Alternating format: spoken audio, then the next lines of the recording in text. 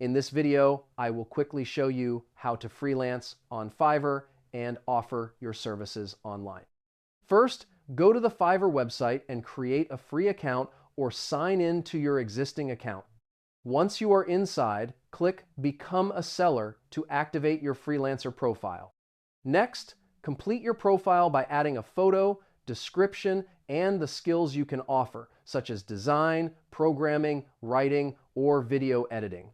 Then create a gig, which is the service you want to sell on the platform. Enter a clear title, choose the service category, and write a description explaining what you offer. After that, set the service price and upload images or examples of your work to make your listing more professional. When finished, click Publish Gig to make your service available online.